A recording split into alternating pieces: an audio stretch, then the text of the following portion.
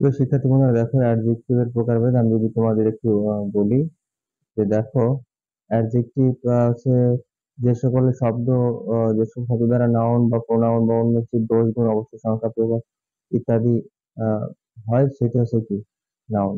আশা করি বিষয়টা একটু ক্লিয়ার হয়েছে। দেখো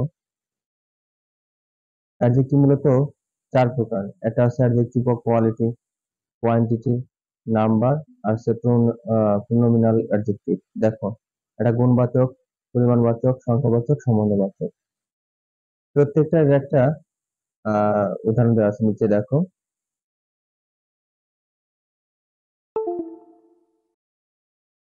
দুঃখিত, আমার হাতের প্যাডটা আসলে কাজ করতেছে না, আমি বুঝতেছি না যে কি সমস্যা।